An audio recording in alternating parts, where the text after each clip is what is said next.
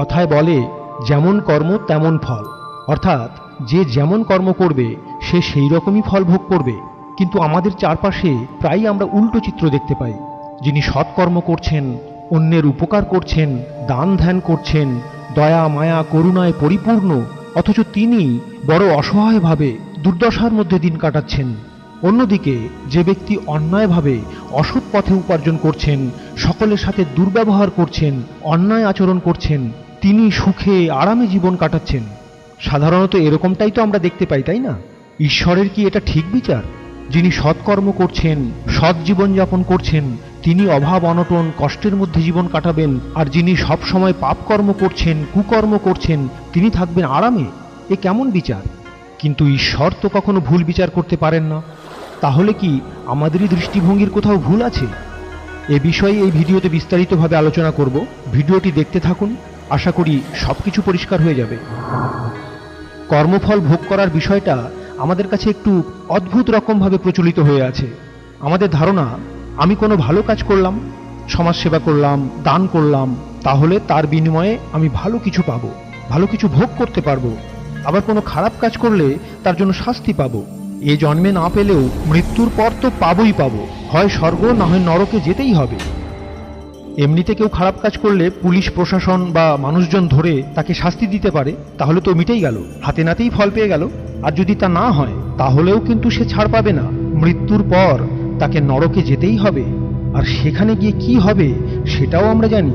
সেখানে নানা রকমের ব্যবস্থা আছে। গরম তেলে ভাজা হতে পারে, কাটার বিছানায় শুইয়ে রাখা হতে পারে, শরীরে গরম লোহার রড ঢুকিয়ে দেওয়া হতে পারে, এরকম আরো নানা রকমের ভয়ানক ভয়ানক ব্যাপার। আর স্বর্গে? স্বর্গে ঠিক এর উল্টো, আরাম সুখ শান্তিতে পরিপূর্ণ দারুণ ব্যবস্থা। যদিও কেউ কোনোদিন এগুলো চোখেই দেখেনি, না তো স্বর্গ না নরক। আর দেখবেই বা কি করে? জীবিত অবস্থায় এগুলো তো দেখা যায় না। দেখতে হলে তো মরতে হবে, আর মরার পর কেউ এসে খবরও দিতে পারে না যে এগুলো সত্যি সত্যি ঠিক কি রকম। নিজের মতো করে যা ইচ্ছে তাই কল্পনা করে মানুষ কত কি যে ধারণা করে বসে আছে তার কোনো ঠিক নেই। আর এখানেই শেষ নয়, চোখের সামনে কেউ খারাপ কাজ করছে অথচ শাস্তি পাচ্ছে না, নরকেও যাবে কিনা তারও ঠিক নেই। কে জানে সেখানেও ঘুষ টুস দিয়ে পার পেয়ে যাবে নাকি। তবে যাই করো না কেন, পরের জন্মে কিন্তু পার পাবে না। বেড়াল, কুকুর না হলে কীট পতঙ্গ হয়ে জন্মাতেই হবে। যত খারাপ কাজ করবে তত খারাপ জনিতে জন্মাতে হবে। এরকম যারা ভাবেন তারা আসলে ঘুমন্ত মানুষ। বেঁচে আছেন, সবই করছেন, কিন্তু ঘুমন্ত অবস্থায় করছেন, অচেতনভাবে করছেন। একবার জাগ্রত অবস্থায় সচেতনভাবে তাকিয়ে দেখুন না, এখানেই সব দেখতে পাবেন। কর্মফল, পাপ পুণ্য, পরজন্ম সব দেখতে পাবেন। বর্তমান জীবনটাকে নরক বানিয়ে পরজন্মে কি হবে সেটা ভেবে কি হবে? তার চেয়ে এই জীবনটাকেই সুন্দর করে তুলুন না। আর কর্মফল? কর্মফলও মানুষ এখানেই ভোগ করছে সঙ্গে সঙ্গে। বরং বলা যায়, কর্ম করার আগেই আমরা কর্মফল ভোগ করি, তারপরে কর্ম করি। শুনতে নিশ্চয়ই অবাক লাগছে, ভাবছেন কর্ম করার আগেই কিভাবে কর্মফল ভোগ হবে? কিন্তু এটাই হয়, সব সময় তাই হচ্ছে। একটু বিস্তারিতভাবে আলোচনা করা যাক, তাহলেই সব পরিষ্কার হয়ে যাবে। ধরা যাক একজন ব্যক্তি যে অন্যায় কাজ করে, অসৎ পথে উপার্জন করে, এক কথায় খুবই খারাপ লোক। একটু লক্ষ্য করলেই বুঝতে পারবেন সে খারাপ কাজ করার আগেই একজন খারাপ মানুষে পরিণত হয়ে যায়, তারপর খারাপ কাজ করে। সে ভেতরে ভেতরে অসৎ মানুষে পরিণত হয়েছে বলেই অসৎ পথে উপার্জন করতে পা বাড়িয়েছে। অন্যায় কাজ করার আগে প্রথমে তার মন মানসিকতা অন্যায়ে পরিপূর্ণ হয়েছে বলেই সে অন্যায় কাজ করতে পারছে। সেই মানুষটাকে সকলে খারাপ লোক, দুর্নীতিগ্রস্ত, অসৎ লোক হিসেবেই চেনে। আর এটা ও নিজেও জানে তাকে একজন খারাপ, অসৎ, দুর্নীতিগ্রস্ত লোক হিসেবেই জীবনযাপন করতে হয়। তার জীবনে নানা রকমের অশান্তি, ঝুট ঝামেলা, দুশ্চিন্তার শেষ নেই। তার টাকা পয়সা গাড়ি বাড়ি দেখে ভাববেন না যে সে খুব ভালো আছে, এটা অসম্ভব। তার মান সম্মান, আত্মমর্যাদা, শান্তি কিছুই থাকতে পারে না। লোক দেখানো মান সম্মান, সুখ আরাম যেটা দেখা যায় সেটা ক্ষমতা অর্থবল আছে বলে দেখে মনে হয়, কিন্তু বাস্তবে সে নিজেও জানে যে সে একটা খারাপ লোক। ক্ষমতা আর টাকার জোরে সব অন্যায় চাপা দেওয়ার মরিয়া চেষ্টা করে, কিন্তু তাতে কোনো লাভ হয় না। কি করে হবে? সে তো ভেতর থেকে নিজেকে নোংরা খারাপ করে ফেলেছে। তাকে চাপা দেওয়া অসম্ভব ব্যাপার। এভাবেই তাকে বাঁচতে হবে, আর এটাই তার শাস্তি। আবার অন্যদিকে যিনি সৎকর্ম করেন, সৎপথে উপার্জন করেন, দয়া মায়া করুণায় পরিপূর্ণ। তিনি যে সকল সৎকর্ম করেন সেই সব কর্ম করার আগেই তিনি একজন সৎ মানুষ হিসেবে গড়ে ওঠেন, তবেই সেই সব সৎকর্ম করতে প্রবৃত্ত হন। তার সৎকর্ম, দয়া মায়া করুণা বাইরে প্রতিফলিত হওয়ার আগে ভেতরে ভেতরে তিনি একজন সৎ উন্নত চেতনার ভালো মানুষ হিসেবে তৈরি হন। তারপর তিনি যা করেন সেগুলো সৎকর্মই হয়। সকলের কাছে তিনি একজন সৎ ভালো মানুষ হিসেবেই পরিচিতি পান। হতে পারে তার কাছে ধন সম্পত্তি বাড়ি গাড়ি নেই, কিন্তু তিনি পরম শান্তিতে মাথা উঁচু করে জীবনযাপন করেন। ধন সম্পত্তি বাড়ি গাড়ির থেকেও তার কাছে যে সম্পত্তি আছে তা মহামূল্যবান। তিনি সুখ দুঃখ রাগ ভয় লোভ হিংসা কোনো কিছুতেই বিচলিত হন না। তিনি সব কিছুর মধ্যেই সামান্য থেকে সামান্যতম জিনিসের মধ্যেও আনন্দ খুঁজে নিতে পারেন। প্রকৃতপক্ষে এটাই তার পুরস্কার, কর্মফল। অনেকে বলতে পারেন, সৎ পথে থেকে টাকা পয়সা ধন সম্পত্তি যদি না হয়, যদি অভাবের মধ্যে দিন কাটে, তাহলে সৎকর্ম করে কি লাভ? সৃষ্টিকর্তার এটা কেমন বিচার? অসৎ লোক টাকা পয়সা ধন সম্পত্তি সব পাচ্ছে, আর সৎ লোক অভাবের মধ্যে দিন কাটাবে? এর উত্তরে প্রথমেই বলি, সৃষ্টিকর্তার নিয়মে বিচারে কখনোই ভুল হয় না, ভুল হওয়া সম্ভবও নয়। সূর্য উদয় হতে কোনোদিনও ভুল করে না। পৃথিবী সূর্যের চারিদিকে ঘুরতে একদিনও ভুলে যায় না। সমুদ্রে জোয়ার ভাটা হতে একবারও ভুল হয় না। মানুষের কর্মফল বিচার এ তো তুচ্ছ ব্যাপার। একবার নিজেই চিন্তা করে দেখুন, টাকা পয়সা ধন সম্পত্তি থাকা বা না থাকার নিরিখে ভালো থাকা বা খারাপ থাকার মাপকাঠি আমরা নিজেরা ঠিক করে নিয়েছি, কিন্তু একজন মানুষের বিচার কি টাকা পয়সা ধন সম্পত্তি দিয়ে করা সম্ভব? হ্যাঁ, জীবন চালানোর জন্য টাকা পয়সা অবশ্যই প্রয়োজন। আমি একবারও বলছি না যে টাকা ইনকাম করবেন না, কিন্তু কেন করছেন, কিভাবে করছেন সেটা একবার দেখবেন না। যা করছেন তার গুণমান আদতে কতখানি? সত্যিই কি জীবনে কিছু অর্জন হচ্ছে, নাকি শুধু টাকাই ইনকাম হচ্ছে? শেষ বয়সে মৃত্যুর আগে মনে হবে না তো যে সারা জীবন কিছুই অর্জন করা হলো না? টাকা ইনকামের ইঁদুর দৌড় দৌড়তে জীবনটাই শেষ হয়ে গেল, কিচ্ছু পাওয়া হলো না। যদি আপনি আপনার প্রাপ্য নিয়ে সন্তুষ্ট হন তাহলে ঠিকই আছে, আর যদি না হন তাহলে এক্ষুনি একবার নিজের দিকে তাকান। মানুষ তার দুচোখ দিয়ে সমস্ত জগৎটাকে দেখে, শুধু নিজেকেই দেখে না। তাই বলছি, একবার নিজের দিকে দেখুন, খুব অনেস্টলি নজর দিয়ে দেখুন আপনি ঠিক কী রকম। বাড়িতে অফিসে বন্ধু মহলে আপনি যা করেন, কথাবার্তা ব্যবহার কী রকম? আপনার অহংকার লোভ হিংসা অলসতা অন্যায় কুকর্ম ঠিক কী মাত্রায় আছে? অনেস্টলি দেখুন। এগুলো আপনার থেকে ভালো এই পৃথিবীতে আর কেউ জানে না। ছোট থেকে এখনো পর্যন্ত যদি অনেস্টলি এই বিচার করেন, তাহলে নিজের আসল স্বরূপটা দেখতে পাবেন। তখনই বুঝতে পারবেন যে আপনার জীবনে সার্থক কাজ কতটুকু, নাকি শুধু ভোগ করতে করতেই জীবন কেটে গেল। টাকা পয়সা ধন সম্পত্তি মানে ভোগ। মানুষের জীবন কি শুধু ভোগের জন্য? এটা তো পশুরা করে। একটা পশু শুধু ভোগ করে আর প্রজনন করে, এছাড়া আর তাদের কোনো কাজ নেই। চেতনার উত্তরণ ঘটানো পশুদের পক্ষে সম্ভব নয়। বেশিরভাগ মানুষই অবশ্য আজ তাই করে, বরং বেশি করে। মানুষ তার সব রকম ইন্দ্রিয় দিয়ে ভোগ করার সুখ নেয়, কিন্তু মানুষের কাছে উন্নত চেতনা আছে, চেতনার উন্নতি ঘটানোর সুযোগ আছে। শুদ্ধ চেতনার উন্নতি ঘটিয়ে উন্নত মানুষ হয়ে ওঠার অসীম সম্ভাবনা আছে। মুনি ঋষিরা বলে গেছেন, ভোগী সকল দুঃখের কারণ। শুদ্ধ চেতনার উন্নতি ঘটিয়ে আত্মজ্ঞান লাভ করাই মানুষের প্রধান লক্ষ্য হওয়া উচিত। টাকা পয়সা ধন সম্পত্তি দিয়ে তা লাভ করা যায় না।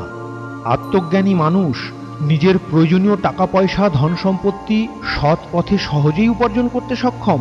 প্রয়োজনের অতিরিক্ত ধন সম্পত্তি অসৎ পথে উপার্জন করা তার লক্ষ্য হতে পারে না। আত্মজ্ঞান লাভ করে শুদ্ধ চেতনার উন্নতি ঘটানোই তার একমাত্র লক্ষ্য হওয়া উচিত। কর্মফল এমনি এমনি পেছনে পেছনে চলে আসবে। ভোগ অবশ্যই করুন, তবে যতটুকু প্রয়োজন ততটুকুই করুন।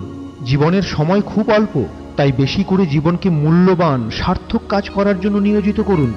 ভোগ কখনো শেষ হয় না। যাদের প্রচুর টাকা আছে তাদেরও প্রচুর অভাব আছে, বরং আমাদের থেকেও তাদের আরও বেশি অভাব। নানা রকমের প্রয়োজন, নানা রকমের সমস্যা, নানা রকমের অশান্তি মেটাতে তাদের আরও বেশি টাকার প্রয়োজন হয়, আর এর কোনো শেষ নেই। এটা চলতেই থাকে। বাড়ি হলো, গাড়ি হলো, গয়না হলো, বিদেশ সফর হলো, 5 স্টারে যাতায়াত হলো, দামি দামি পোশাক হলো, তবুও মনের ছটফটানি কমে না। কেন? ভাবছে আর একটা কিছু পেলে সব পাওয়া হয়ে যাবে। সেটা পেল, তবুও কিছু হলো না, আবার ছটপটানি কেন? আসলে মানুষের মন উত্তরণ চায়, ওপরে উঠতে চায়, সার্থকতা পেতে চায়। এটা বুঝতে না পারলে জীবন শুধু ভোগ করতে করতেই কেটে যাবে, প্রকৃত অর্থে অর্জন কিছুই হবে না। ভোগী যদি শ্রেষ্ঠ হতো তাহলে গৌতম বুদ্ধ রাজার ঘরে জন্মগ্রহণ করেও সব সুখভোগ ত্যাগ করতেন না। সব সুখভোগ ত্যাগ করেও তিনি কিন্তু কম গৌরব প্রাপ্ত করেননি, বরং রাজা হয়ে সিংহাসনে বসলেও হয়তো এত গৌরব প্রাপ্ত হতো না। এত বছর পরেও এখনো তিনি সমানভাবে পূজনীয়। ভোগ মানুষকে অহংকারী করে তোলে, আর অহংকার মানুষকে অন্ধ করে দেয়। অহংকারের চোখ দিয়ে সে জীবনের প্রকৃত মূল্যবান দিকগুলো দেখতেই পায় না। সে লোভী থেকে আরো লোভী হয়ে ওঠে। লোভ আর অহংকারে সে একদিন অন্ধকারে ডুবে যায়। পরিবার, পরিজন, বন্ধু বান্ধব সবাই তার জন্য অধঃপতনে যায়। একটু নজর দিলেই দেখতে পাবেন অনেক বড় বড় লোকের ছেলেমেয়েরা কিভাবে অধঃপতনে চলে গেছে। নেশা, ভাঙ, ড্রাগ নিয়ে জীবনকে দুর্বিষহ করে তুলেছে। সমাজে সুখ নেই, সংসারে সুখ নেই, মনে সুখ নেই। টাকা পয়সা ধন সম্পত্তি থেকে কি হবে? কি লাভ তাতে? ধন সম্পত্তি থেকেও জীবন সম্পূর্ণ ব্যর্থ। সৎ ব্যক্তির টাকা পয়সার প্রাচুর্য না থাকলেও তার জীবন হয় সুন্দর, উজ্জ্বল, পরিমার্জিত, শান্তি ও শ্রদ্ধায় পরিপূর্ণ। তিনি ভেতর থেকে একজন সৎ মানুষ হয়ে উঠেছেন বলে এরকম কর্মফল এমনিতেই পেয়ে থাকেন। ভেতর থেকে আপনি যেমন মানুষ হয়ে উঠবেন সেরকম কর্মফলই আপনাকে ভোগ করতে হবে। কর্ম না করলেও মনে মনে যেরকম কর্মের যোগ্য হিসেবে নিজেকে গড়ে তুলবেন তারও কর্মফল আপনাকে ভোগ করতে হবে। যেমন ধরুন, কেউ একজন কারোর ক্ষতি করার সংকল্প করলো, সেই মতো নানা রকমের পরিকল্পনাও করলো, কিন্তু কোনো কারণবশত শেষ পর্যন্ত কাজটা করা হলো না। ভাবছেন কর্ম যখন করা হলো না তখন কর্মফল ভোগ করতে হবে না? একেবারেই না, ভুলেও এরকম ভাববেন না। আগেই বলেছি, কর্ম করার আগেই তার ফল ভোগ করতে হয়। সেই ব্যক্তি যখনই কারোর ক্ষতি করার কথা চিন্তা করেছে, পরিকল্পনা করেছে, তখনই সে নিজেকে একজন দুষ্টু লোকের পর্যায়ে নিয়ে গেছে। সে ভেতরে ভেতরে নিজেকে একজন ক্ষতিকারক, খারাপ মানুষ হিসেবে তৈরি করে নিয়েছে। শেষ পর্যন্ত কর্ম করা সম্ভব না হলেও তাকে কর্মফল ভোগ করতেই হবে। সে অলরেডি একজন নোংরা, ক্ষতিকারক, খারাপ মানুষে পরিণত হয়ে গেছে। এটাই তার শাস্তি।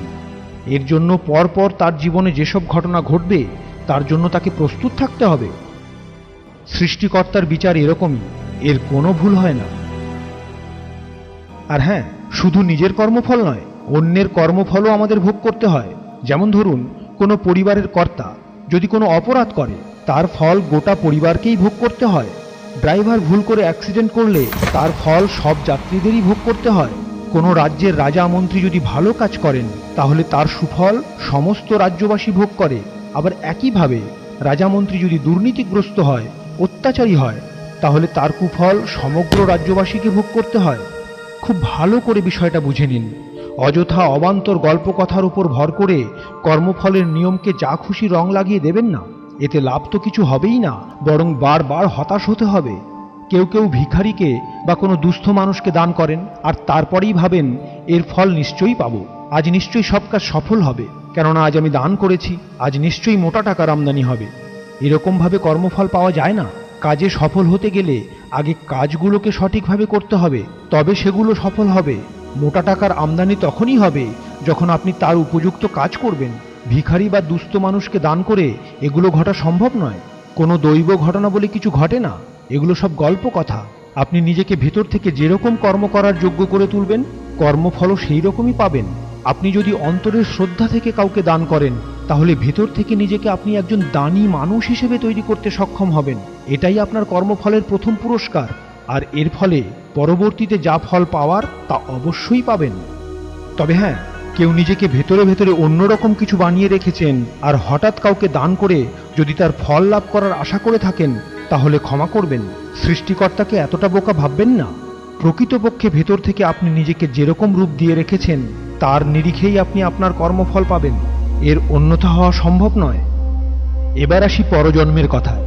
পরজন্মের নানা রকম গল্পকথায় আমরা জানি যে ভালো কর্ম করলে মৃত্যুর পর স্বর্গলাভ হবে, জন্ম হলে ভালো ঘরে জন্ম হবে, ভালো পরিবার, ভালো বংশ, সুখ স্বাচ্ছন্দ্য পাওয়া যাবে।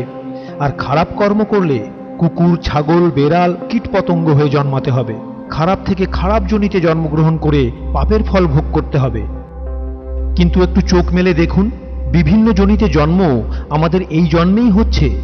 প্রকৃতপক্ষে আমরা কেউই একা নই। আমাদের প্রত্যেকের মধ্যে কমপক্ষে 3টে সত্তা আছে। অনেকের আরো বেশি আছে, কিন্তু 3টে সত্তা অন্ততপক্ষে আছেই। একটা ভালো বা সাদা সত্তা, একটা খারাপ বা কালো সত্তা, আর একটা আমাদের বিবেক, চেতনা বা ইচ্ছে, যার কোনো রং নেই। এভাবেও ভাবতে পারেন যে আমাদের মধ্যে মহাভারতের কুরুক্ষেত্রের যুদ্ধ চলছে। পাণ্ডব পক্ষ ধর্মপরায়ণ বা ভালো সত্তা, কৌরব পক্ষ অধর্ম বা খারাপ সত্তা, আর শ্রীকৃষ্ণ আপনার বিবেক, আপনার ইচ্ছে। জিতবে কে? শ্রীকৃষ্ণ যার দিকে সে। সব সময় আমাদের মধ্যে এটা চলছে। যে কোনো কাজ নিয়ে আপনার মনে যখন দ্বন্দ্ব চলে, করব কি করব না, ঠিক না ভুল, উচিত না অনুচিত, কে জেতে? শ্রীকৃষ্ণ যার দিকে সে, অর্থাৎ আপনার বিবেক, আপনার ইচ্ছে যার দিকে সে। যার শ্রীকৃষ্ণ বা বিবেক বা ইচ্ছে যত সচেতন, যত বলবান, সে তত সঠিক সিদ্ধান্ত নিতে সক্ষম হয়। আর যার ইচ্ছে অচেতন অবস্থায় থাকে, ঘুমন্ত অবস্থায় থাকে, তার সিদ্ধান্ত ততটাই ভুল হয়ে থাকে। একবার নিজেই যাচাই করে নিন। ধরুন কোনো একটা গুরুত্বপূর্ণ কাজ করার আছে, কিন্তু এখন একটু মোবাইলে গেম খেলতে ইচ্ছে করছে। কাজটা করব নাকি আর একটু গেম খেলবো? আর একটু গেম খেলবো নাকি কাজটা করব? কে জিতবে? আপনার ইচ্ছে যার দিকে সে। আপনার শ্রীকৃষ্ণরূপী ইচ্ছে যদি গেম খেলার পক্ষ নেয়, তাহলে আপনি গেম খেলবেন, আর যদি জরুরি কাজটার পক্ষ নেয়, তাহলে কাজটা জিতবে। খুব সরল একটা বিষয়। এভাবেই আমরা বিভিন্ন রকমের জনিতেও জন্মগ্রহণ করছি। ভয়ে নিজেকে গুটিয়ে রেখেছেন, তার মানে তক্ষুনি আপনার খরগোশ জনিতে জন্ম হলো। কারোর সঙ্গে প্রচণ্ড ঝামেলা করছেন, তার মানে তক্ষুনি কুকুর জনিতে জন্ম হলো। নিকৃষ্ট কোনো কাজ করছেন, অর্থাৎ কীট পতঙ্গ জনিতে জন্ম হলো। অকারণে ছটপট করছেন, অর্থাৎ বাদর জনিতে জন্ম হলো। উৎকৃষ্ট ভালো কোনো কাজ করছেন, তার মানে তক্ষুনি আপনার মনুষ্যজনিতে জন্ম হলো। এভাবেই সারাদিনে আমরা যে কত জনিতে জন্মগ্রহণ করি তার কোনো ঠিক নেই। মরার পরে নয়, এই জন্মেই আমাদের নানা রকমের জনিতে জন্ম হচ্ছে। তাই আজ থেকেই অন্তর থেকে নিজেকে এমন তৈরি করে ফেলুন যাতে আপনি যা কর্ম করবেন সবই সৎকর্ম হয়ে ওঠে। আর নিজের ভেতরের শ্রীকৃষ্ণকে, আপনার ইচ্ছেকে এতটাই শক্তিশালী করে তুলুন, এতটাই সচেতন করে তুলুন, যাতে কর্মফলের কথা আলাদা করে আর ভাবার দরকারই না পড়ে। এমনিতেই সুফল পাবেন, আর সব সময় মনুষ্যজনিতে জন্ম নিয়ে মানুষ হিসেবেই বেঁচে থাকবেন। সকলে ভালো থাকবেন, সুস্থ থাকবেন। সকলের চেতনা শুদ্ধ হোক, উন্নত সৎকর্ম করে সকলে শুভ কর্মফল লাভ করুন। এই মঙ্গল কামনার সঙ্গে এখানেই শেষ করছি। ধন্যবাদ।